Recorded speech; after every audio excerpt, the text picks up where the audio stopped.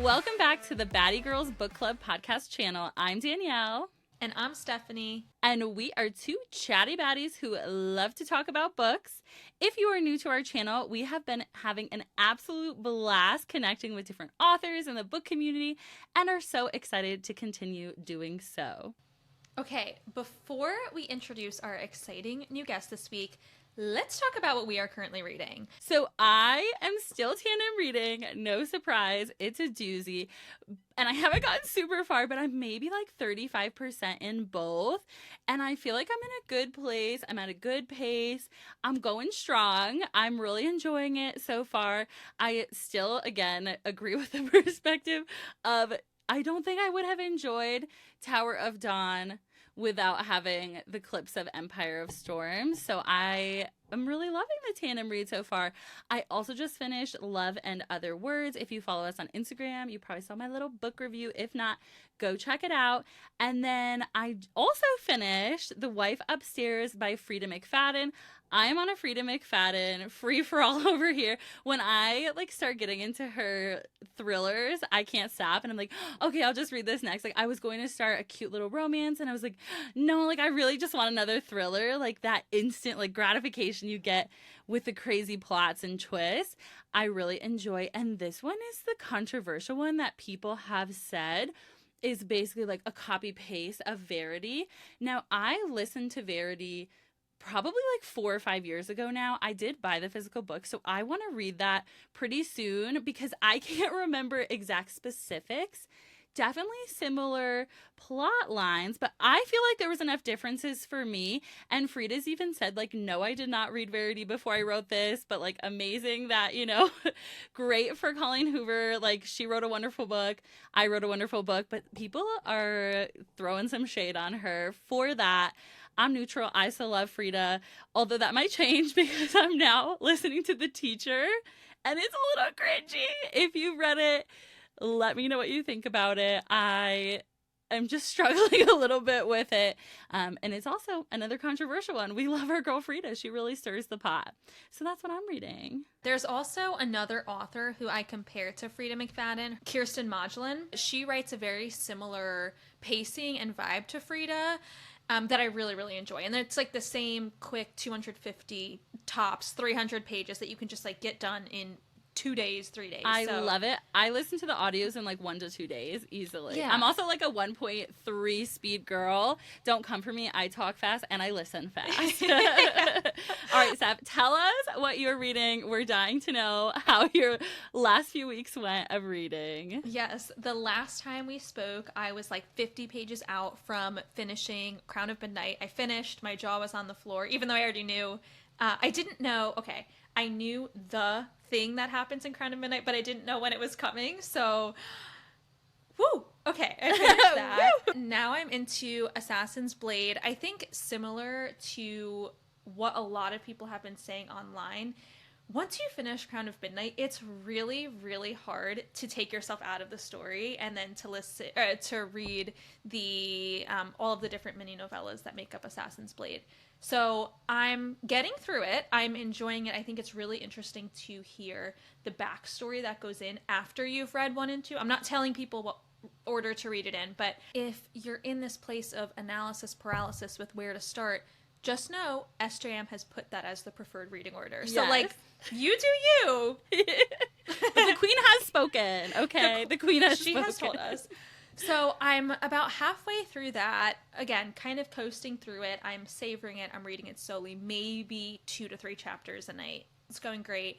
I'm listening to an audiobook, Counterfeit by Kirsten Chen. I'm only about 18% of the way through, so I'm not quite... I didn't look up anything about the plot ahead of time, so I'm taking it as it comes. As of right now, it's about a woman who rekindles a friendship with another woman she went to college with, but this other woman is in the counterfeit purse business. And it's actually really interesting. Wow. It's a quick listen or read. I want to say it's less than 300 pages, maybe a little bit more. It is described on Goodreads as being a fiction, contemporary, mystery, thriller, adult crime kind of a book. I love it. College besties who rekindle their friendship. Is it us? Oh my gosh. Okay. Okay, yay. Let's do it. I'm going to get this party started. Hello and welcome, author Stephanie Storm. We are so excited to have you on the show today and hear more about your books and your current works in progress. Hello. Thank you. If I was standing, I'd do like a little curtsy because that was such a great intro. So, Stephanie, I am going to read a blurb about your book that is on your Instagram. If you're not following her, go follow her at the Stephanie Storm. Her new book that is coming out that we'll be talking about today is called The Rule of the Damned. And here's a little bit about it. Remember all those scary stories you were told as a child? The ones where the monsters are hiding under your bed? They aren't just stories. We're real. We're behind some of the world's deadliest catastrophes and continue orchestrating them from the shadows. Most humans don't know that we exist, and we aim to keep it that way. Remember the Salem witch trials? That was what happens when our secret gets out. Human fear becomes deadly and drives them to enact unthinkable violence. The druids, the undead, the rogues, the sorcerers. We are 4 families that are united in our mission to run the underworld. While we may not like each other, we set aside our differences to keep the underworld running until an heir is murdered. Now, I'm determined to find the murderer before the trail of bodies leads the humans to our front door and everything we've kept hidden is at risk. Vampire Diaries meets Gossip Girl in the first installment of a new action-packed urban fantasy series following morally great characters and the criminal empire they run. Family, power, and mythical monsters collide as the families are faced with a string of unsolved murders that threaten to expose them all. You read that, and I'm like, oh shit, I wrote that. I was like, You wrote that! Yeah. You did that! Wouldn't you want to read that? the funniest thing is like when I was brainstorming with Jordan when I had her for that month, and then I just made a joke about it's like if Vampire Diaries and Gossip Girl had a baby, and so she was like, that is your hook. She's like, we're using that. And I was like, oh, I was like, but it was a joke. And she's like, but no, it's not. We're using that now. Yes, yes. I mean, I watched that. I don't even want to tell you how many times I've watched that series. We won't judge. We know. won't judge. We would love if you could introduce yourself and tell us a bit about yourself and your journey to becoming a multi-series author. So my story is not as interesting as half of the other writers that I've heard, right? So I've had a few health issues over the years, which it's very much part of my story. So like, I'm not mad at it. And I had a bit of extra time recovering from my last operation. And there was a point where I was like, I can only Netflix so much. I can only read so much. Like, you know, when you get to a point where you're like, I've had enough. Yes, my brain is mush now. And then I was like, I kept mulling over this idea that I had had for years. And like, I tried to write a book for years, but it just never happened. But it was more like a fun thing. It wasn't like anything else. And because I'm an only child and my husband's an only child as well, like that whole concept of siblings, it kept coming up for me over and over again. And that found family angle of how do you create your family when you don't have them, you know? And so anyway, I had this long recovery time. So I was like, fuck it, let's write. For me, if my mind is not, I need my mind to be challenged. Like if it is not challenging enough, I'm not going to do it. And I was like, let's just write and see where I end up. And then the confidential heir happened, and I was like, okay, let's see what happens if I keep writing. And here we are. I don't want to use the word aspiring because I feel like it's the wrong term, because if you write a story, you're a writer, period. But a lot of, let's say, unpublished authors, a lot of them are so scared, which rightfully so. I mean, hell, I have a pen name for a reason as well. That was part of my country. But the more we overthink things, the less chance we're ever going to have of publishing things. And I think that's a really big lesson that I've learned. I mean, looking back on some of the things that I've done now, I'm like, ooh, maybe I could have done that a little bit better. You're always looking at your journey and going, what could I have done better? But then if we rephrase it, I wouldn't be the writer I am now if I hadn't written those books. It was something that Jordan said to me that really like stuck with me. And I'm going to be honest, I've had tons of meltdowns during this journey. And in January, I was close. I was this close. And Jordan was the one that talked me off the ledge. And she said to me, she's like, you know, every author goes through a period where they hate their earlier works. And she's like, I would question your growth as an author if you didn't do that. No matter what you do, whether it's writing or podcasts or whatever, we tend to focus on the things that we're not doing, that we're doing wrong, but we're not focusing on the things that we're doing right. So like I say to my writer community of friends, you wrote a goddamn book. Show me who can do that. That is the first step. Absolutely. You know, so I 100% agree. That's how I feel about every single author I've met. I just have this like feeling of complete admiration of the fact that even if I haven't read their work yet, I'm like, you have written a book, and that is an incredible feat that not everybody can do or has done. Like, that is amazing. Like, you push past the imposter syndrome, your doubts, the criticism, and you got here. That's so cool. I'll tell you a story last year. There's one review specifically that stood out to me. And my day job, I'm a product manager, right? And we talk about success metrics a lot in our, like, the products that we build. And a lot of the principles that I apply in product management, I apply in writing as well. So what is my success metrics? Or what are my success metrics as an author? And I'm a little bit different in that sense. Like, sure, sales are nice, but it's not my main focus right now, right? Around September last year, someone reviewed my book and they were like, it's their read of the year. And I screamed. And Keegan, my husband, he comes running into, like, he was like, what's wrong? It's like, I was someone's favorite read of the year. Yes. Like, it's moments like that where, you know, you're doubting yourself and you're like, did I write the right book? Like, was it good enough? And then you read a review like that and you're like, shut up, imposter syndrome, shut up. Even the New York Times bestsellers have bad reviews. You know what I mean? Yeah. So I feel like just putting yourself out there and accepting that you're going to get criticism. You can't be everyone's favorite author, but you have gone out there and you have continued to keep writing all of the books that you have. And again, like, if you compare what you first wrote to what you're about to put out, I'm sure it's two totally different books, You would you know? not even know that it was the same author. That honestly, because I think how I have not only just grown, but my writing style has changed. So your question, you know, just about the multi-series. So my first series, The Tales of the Hidden Heir, that was more for me, if I'm being honest. It was more the series that needed to make me a writer. And it was very, I almost want to say bubblegum pop. I love that. You know, Yes. like, there were some darker undertones, but it was very, very fluffy and very cute. And then we look at the War of the Witch Clans trilogy, where I experimented with a lot more darker undertones. Like, I had to put a content warning in that book. I don't go into graphic detail, but there are some heavier subjects that we cover in there. And then I saw the response to it. I was like, oh, wait, people actually like it when we talk about this, like, darker stuff, because it's real. And I feel like they can kind of connect to it.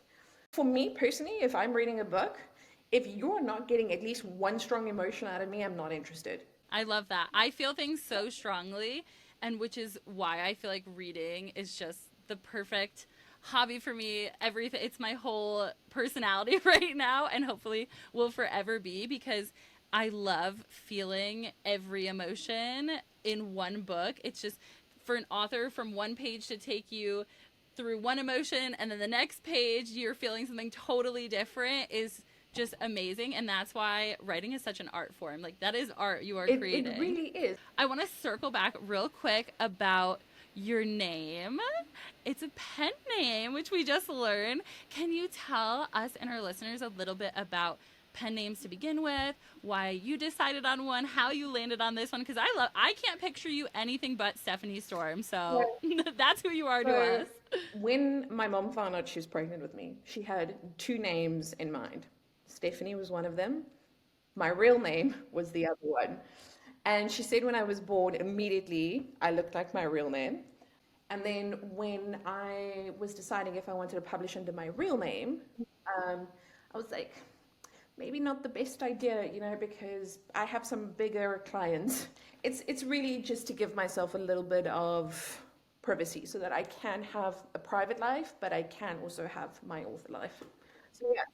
I love that. And I think that's great advice. And for people who might be afraid to put their name out there or have these very legitimate reasons as to why they don't think it would be the best for them, when this is something that is with it, like they are writing books, but they are also working full time, and you don't want to jeopardize your full time job. That's so understandable. And the one thing I'll just add to that is be better than me and learn from my mistakes. So I'm obviously talking about the context of the Netherlands here. I don't know how it works in the States, but I know there is quite a easy to follow setup for a business. So my Amazon account is in my legal name, but I'm uploading books under my pen name. You can see the problem. So every Yes. time I upload a new book, and Amazon's just doing their jobs. They're not the problem here. I have to go into this extensive, do I own the copyrights to my own work debate with them. So again, they're just doing their jobs.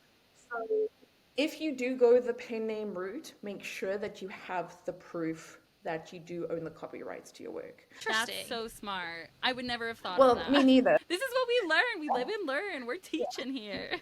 Let's have the spice kind of debate now. So I personally don't care what people read. Read what you want. It's your choice. Fine. But I didn't know when I started this journey how controversial including spice in YA was. Now, I didn't know about the age limit on YA either. So I've literally learned everything as I'm doing, and now knowing some things, I'm like, could have maybe done that better, but it's done. So I've always read YA books. I love YA because I love it doesn't feel as serious, but it feels like it's still magical. And like you were saying earlier, it really just gives you an escape. So that's why I started writing YA books. And then the more I got involved in Bookstagram, I was like, wow, I should not have touched that debate. The thing is with me is that I write spice that is central to the plot. There's a reason for it. And eventually you will find out that reason as part of the plot. But once I realized I shouldn't be including spice in YA according to the majority of the votes, I was like, cool, it's time for me to move into the adult space, which is what the rule of the damned is. So that's part of the reason why I am making the shift. With that being said, I don't regret including the spice in the books because I do believe I've done it tastefully. Let's call it tastefully to a degree. And I think a big thing for me personally, where I come from and where I live now, sex is part of life, guys. Pretending it doesn't happen is not going to make it go away.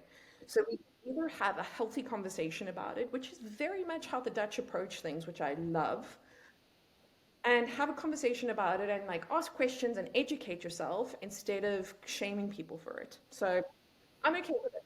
And it was intentional. You were very intentional about it. You weren't like, oh, the readers want Exactly. some saucy, spicy. I'm going to give them what they want. So I will confess, imagining my mom reading those scenes, I was like, Yes.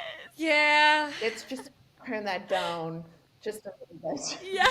So one of the things that I learned really on, and I think this is my product management background speaking, is we have to start treating our author brand like a business. Okay, it's not just, oh, we're writing books for shits and giggles. Okay, maybe some people are, but I'm talking about the people like me. Have an author business plan. And I'm not talking about the business plan from 20 years ago where you did 500 pages. No one's got that time. A one-pager, some basic goals that you want to achieve. Like you just said, who are your ideal readers? What are your success metrics? Where do you want to go? Do you want to turn it into a career? And just understanding what you're trying to achieve with this. Game changer. You have teed up the next question perfectly. Love it. We want to know, for readers who are curious to read your book, what can they expect? What, from you as an author, what is your business plan? What type of readers are you targeting? So who would enjoy your book? Right now, readers like me that enjoy great action-packed supernatural fantasy. Okay, supernatural fantasy is a bit of a repetition, but you get the point. So for me, I'm not knocking the romantasy genre. Keep that in mind. It's just not my preferred read.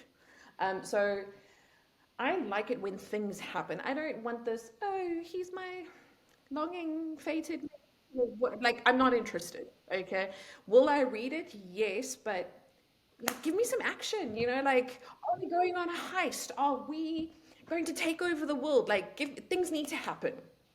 So for me, that's very much something I keep in mind when I write, where things need to happen.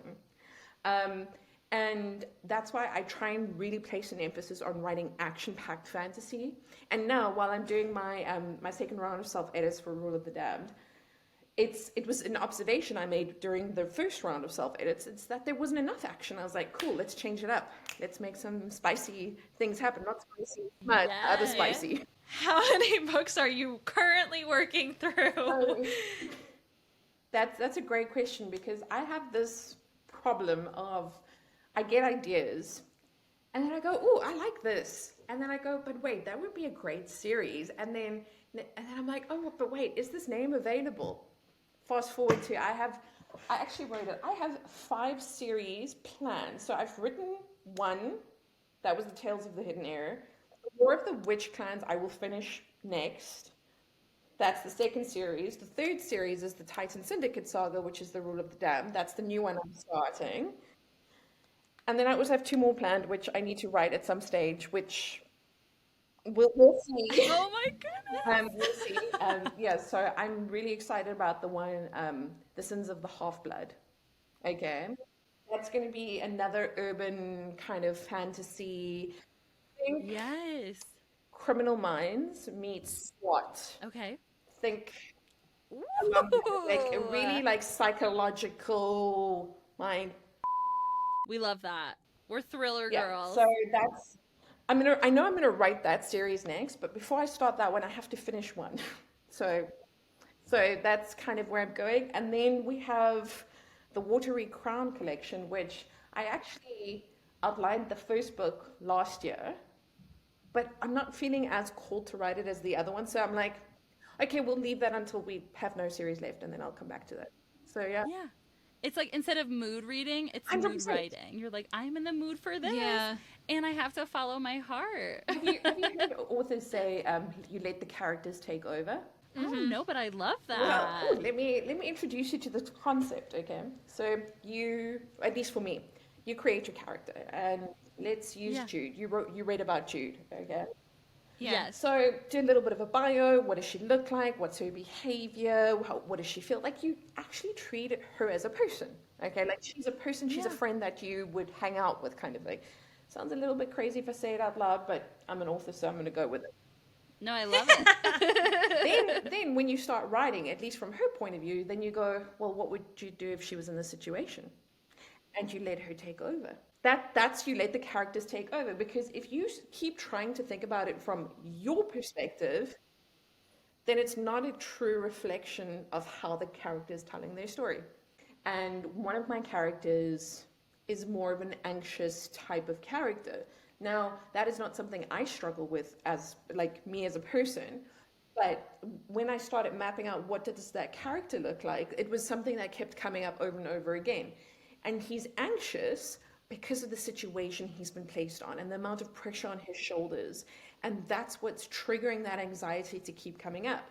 And then I'm like, okay, cool. Well, then how does this dictate his actions? And then you start letting that play out. Now, would I behave like that in a normal situation? No, not at all. It's completely opposite from who I am. But that's how my character behaves. If you ever need to talk to someone about how would you act as an anxious person, Yes. my DMs We are got open. you. I got you. And a lot of our listeners probably So, too. yeah. I So love going that. forward, I'll add you guys to the beta read list. Yes, Yes! please. Yes! Would love that. Would love that. Talking about characters, I know that you are somebody who likes to develop like villainous characters. We would love to talk about, how do you start off with developing a character like that? Where do you get your motivation for? Is it all your deep, dark thoughts and feelings? Tell us a little bit more about that. I'll tell you a quick story about my working life and where I get some inspiration. There was this one, let's call her Amelia. Amelia, let's go with that. Okay. I worked with Amelia, and I very rarely clash with people at work because it's work. It's a professional environment. Like, it's not personal. Like, we're all here to do the same job. And anyway, it became a bit of a power play. And to the point of where I had to set some very strong boundaries. And I looked at it from an outsider's perspective. She thought she was right. Her motives in her mind were the right thing to do. To me, they were completely and there's no other way to put it. Yeah. That's how a villain is born. So you can take a little inspiration from your everyday life.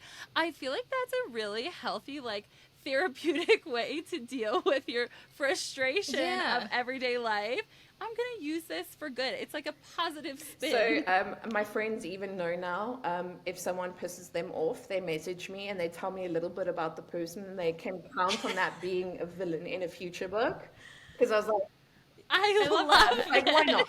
It's almost like, yeah, when people say that you should write a letter and then never send it to the person, that's kind of what this is giving a little bit of. 100%. Yeah. So don't cross Stephanie Storm or you'll be her next villain in her next I series. will tell you that my ex-stepfather, he was so you'll pick up a lot of like mommy and daddy issues in books. By the way, I have a great relationship with my mom. She is my everything. So I just like want to make that very clear. Preface that, yes. So a lot of the issues that you'll pick up is either things that I have been told by friends, which is where the pen name becomes very handy as well. And a lot of things that I've experienced with my ex-stepfather. And I was like, let's give a character daddy issues or mommy issues. Like, it's a great therapy tool. Like, you were joking about it, but like really it is. I feel like it's also really challenging to get everyone else to see that person's a villain, right? Like, just like how we were saying before about how different people like different books, different people have different qualities, and how do you ensure that the reader views this person as the villain as opposed to, wait, I kind of agree with them, or they're acting in a way that I would act, you know? And that's exactly why one of the tropes for this book was morally gray, because I'm like, what's the difference between right and wrong? It's just your and my perception. Yeah.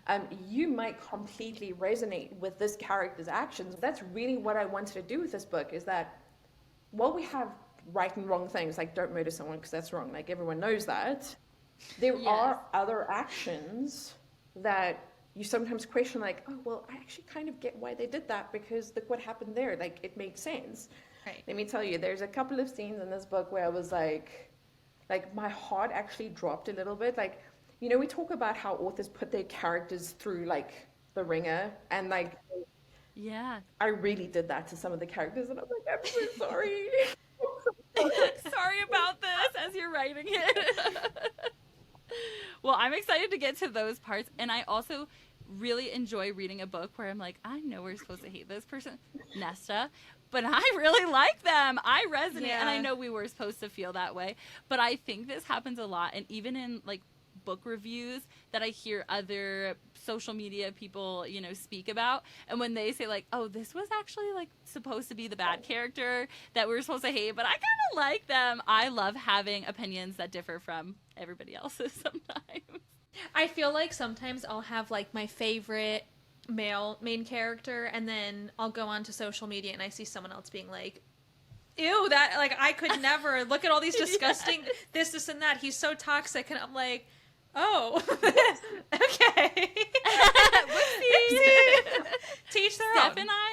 Steph and I have like the same taste in books, but often have different favorite characters, and that's really fun too. One, for us to talk about, but I also feel like it really displays how you might be writing a book one way, but like you said, people are going to react to it in all different ways. Even though it's your creativity that's starting all of this and developing this world, us as readers are having completely different experiences, visualizations. It is so interesting to think about it like that. You know, the beauty of this is that imagination is so powerful, and if we just let ourselves actually go with the flow and follow our instincts, it is incredible what we can do. Stephanie, you had some quotes that you wanted to share for an exclusive look into your book? So I just finished editing chapter 10 this morning. No, chapter 9. It's not a secret that there's a murder that kicks this book off. So like anything I'm sharing now is not spoiler territory. And a reminder, these are the mafia. These are supernaturals. So we're going to talk about like tense subjects at times. Yeah. So in chapter 7, they talk about the 5 stages of grief, but no one ever talks about the stress that comes with unexpected death. And then the next quote, if I don't make some changes, I'm going to follow in his footsteps. As sorcerers, we can perform some incredible spells and change lives if we want to, but we can't stop death, even if we can create it. These are, you're like, I just have to pause for a minute because these are getting me so excited already. And then she doesn't understand what's at stake here. If I lose control of this family, they die. I'm not on a power trip. Walking over to the human boy, I grab him by the neck and his feet lift a few feet off the ground into the air. He's terrified. Good. I work hard on staying in shape, so I have my strength going for me, but there is nothing supernatural about it. With my free hand, I wave my hand in the air and my magic weaves through it with a green hue, magic of the brain. I'm about to alter this boy's mind. Don't look at my sisters again. Every time you do, you'll have the urge to run. If I see you again, I will kill you. Now forget this evening happened and get out of here. Love. Get out of here. Love. Get outta It's here. like, don't touch my wife, but don't touch my sisters. I love that. And I'm so excited. I didn't realize that we were going to get different perspectives. So I'm really excited about that. I'm really excited about that. excited. It's so unique, and I feel like it just like sucks you in. Like the first 2 chapters, I'm like, okay, I want to know what happens next. So I do have some chapter 9 quotes, if you would like them. Yes. Please, we'll take them Okay. all. Pretending to be weak when we know we could rip a human's throat out in a few seconds is infuriating. But what other option do we have when the human doesn't know about us? Regardless of who this human is and who he isn't, bullying isn't something I tolerate. It's giving morally gray. Yes. Mission accomplished. Then that's the thing with my parents. They're so consumed by their own grief, they never stop to think about what their remaining children were going through. That's why I don't regret my decision to come home. I love that, and I can totally see where that like plays into what we read too. So this is Jude's chapter, by the way. Yeah. I was like, that's gotta Yeah. be Jude. And That's then amazing. funerals are such a strange thing. We act like the dead need closure, but they don't. They're dead. The funerals are for the people left behind. It's why I'm so set on doing this right. Even if no one else cares about it, Brooklyn and I deserve this. I love that. And I feel like people will resonate with that so much. And what you said about like the different grieving stages of unexpected death, like so many people will be able to relate to that on such an emotional level. Like I'm already like, oh, my little heart twinged, and I just am very excited to see what you do with this. That's And amazing. then I have 3 more for you. You have an entire estate to choose from, and you have to do this here. I'm not even touching on that when someone realizes he's missing. We're the first place they're going to look. Stop thinking with your heart and more with your head. And then, Jude, why don't you go for a run on the estate and burn off some energy? I'll set up an office for you in one of the spare rooms while I discuss some boundaries with your father and his guest. He knows how I feel about blood on the carpets. And then the final one, I asked Dom about it once, why the druids seem to have extreme strengths and weaknesses. And he told me that it's because magic has its limits. If you get something, you need to give something in return. I love that. That excites me on so many levels.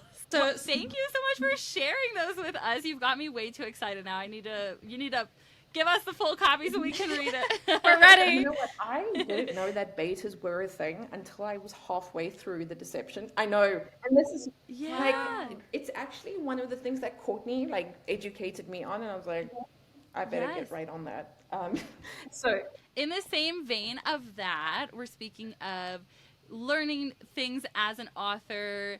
What advice would you give to first-time authors, and how can people even get the inspiration to come up with a story? I feel like that can be the most overwhelming idea for somebody, is that I want to write a book. I love reading books. I love writing and getting creative, but I have so many different ideas in my head. Like, how can I narrow this down into something that would be a tangible story? So the biggest thing is don't overthink it, because we immediately start going, I want to tell the story, and then I kind of get stuck there and then I stop. because I've overthought it. So it's whether it's pen and paper, whether it's a digital notepad, whatever's your thing, just write. See what the characters tell you. I'm a planner by nature. I've told you guys that I'm super organized, but not everyone's like that. And if organization is not your thing, do not force it. I have heard of some authors write an entire book based on one scene. One scene. I am impressed. I wish I had that level of craft. I don't, maybe one day, but I'm not going to force it because that's not my style right now. Yeah. And I think that's the most important thing is don't overthink it, follow your instincts, and don't let the fear win. Seriously. And just start writing. And I've heard from other authors, which I'd never heard this term before, like sometimes it's okay to just trunk it. Like you start a story and then you're like, this isn't it. Or in your case, you're writing multiple series because you have this idea and you're like, this is where I'm at right now in my headspace and I need to let this live Exactly. out. And do you know why I start a new series before I finish an existing one? I want to know. Yeah, tell us. The people want to know. I need context switching. So for me, I am not happy if I'm not juggling 50 million things at once. I love being pushed. And if I ever get to the point where I can't cope with my workload, I immediately know what can wait. So like for me, that's how I am. And for me, I initially started experimenting with this, write book 1 and 2, and then start a new series before I write book 3, because I was like, I need a bit of a palate cleanser. I need just to change the scenery. Yes. I need to just change my perspective a little bit. And you know what? I did it once, and it gave me a result far better than I ever intended. I was like, maybe I need to do this again. And I was like, oh wait, this is becoming my thing now. Like this palette cleanser is actually making me a better writer. So I'm going to do that in future all the time. That's amazing. I love that you find what works for you. And I feel like we're like that even with reading. Yeah. We like to read a couple fantasy, take a break, read a thriller, take a break, read something else. Like I feel like I also like the change between different storylines. I like feeling different things at different times. And even just beyond like mood reading, I'm definitely a mood reader, but I am somebody who can even stop, and I have before, even in Throne of Glass, like in the middle of a series, and I want to read something else. Because that just for me, I need to cleanse the palate and then come back and I'm excited again. Do you feel like when you're writing different series, even if it's a palate cleanser and they're two completely different plots, do you find yourself getting like, okay, hold on, I have to re-enter the space of this plot and I'm getting my storylines a little bit tangled and whatnot? Because I feel that way. I'm someone who I'm a mood reader, but I do not like reading more than one book at the same time. So if I'm not enjoying a book, I'll still finish it, and then I'll say, okay, let me take a break and let me enter a different series. But I feel like to be writing multiple at the same time, I personally would have a hard time being like, who are my characters in this book? Okay, let me get in that headspace, you know? So it's a great question, and I love that you asked that. So I'm super methodical, right? So I have stickies all over my desk. So for me, I don't necessarily stray outside the book I'm writing right now, even if I have 2 active series, because using your example, I have to finish that book first. But where you are right is I noticed when I handed the Deception over to, so I have a designer. I call him my creative partner. And I am a firm believer, I'm not going to struggle with things that I'm bad at if I can pay someone to do it for me. So that's where she comes in. Okay, I want to check in with you, Stephanie, and just see, before we start wrapping up, is there anything that we've missed that you really wanted to talk about? The one note that I do have that you guys kind of touched on in our chats was, which series are right for which people. And we kind of mentioned it in the beginning. Yes. I think if you're not specific about YA, NA, then you can read any of my books. Because I've really tried to write in that sense. I do think The War of the Witch Clans is a little bit more action-packed, so if that is your vibe, please do that. But if you are strictly reading adult-only books, please wait for The Rule of the Damned. Then that's going to be your thing. Where and when can readers find your books and follow along your journey? So we'd love to know where can they follow you, what books are coming out when, what we can expect from you. So my Instagram, like that is the only social media page that I have, and it's probably the only one I will keep for the foreseeable future, just because it's easiest to manage for me. Yeah, love it. My website, I do post some longer form content pieces. I usually do that every 2 weeks. Sign up to my newsletter. You get a free guide there if you're interested in publishing. There, I do share the most exclusive things. Like that's where it all happens. Perfect. And then if all my books will be on KU soon. Some are already there, some aren't. And then Stay tuned. and then I'm releasing The Rule of the Damned on the 8th of November. And then after that, I will be finishing the Witch Clan series. So yeah, I've got an ambitious publishing schedule, but those are the two that I'm the most comfortable committing to on a more public forum at the moment. Well, That's awesome. we are so excited, and I feel like there's nothing better than a new book in the cozy season here for us, which that will be fall in November, and I'm so excited to get my hands on that book. Mark your dang calendars. November 8th. Can you come sooner, please? We are really, really excited to see what happens with these characters. I am already invested 2 chapters in, so I'm ready. You Yes. made it, ladies. Yes, we made it. Thank you again, Stephanie, for being a baddie girl and joining us today. If you are an author and you want us to spotlight your work on our channel, please feel free to reach out to us on Instagram. We do have an author interest form in our bio. We would absolutely love to hear from you. And if you like what we have to say and you want to hear more, please, please, please leave us a review and follow us on Apple Podcasts, Spotify, Instagram, and YouTube at Baddie Girls Book Club. And don't forget to stay baddie. Yes.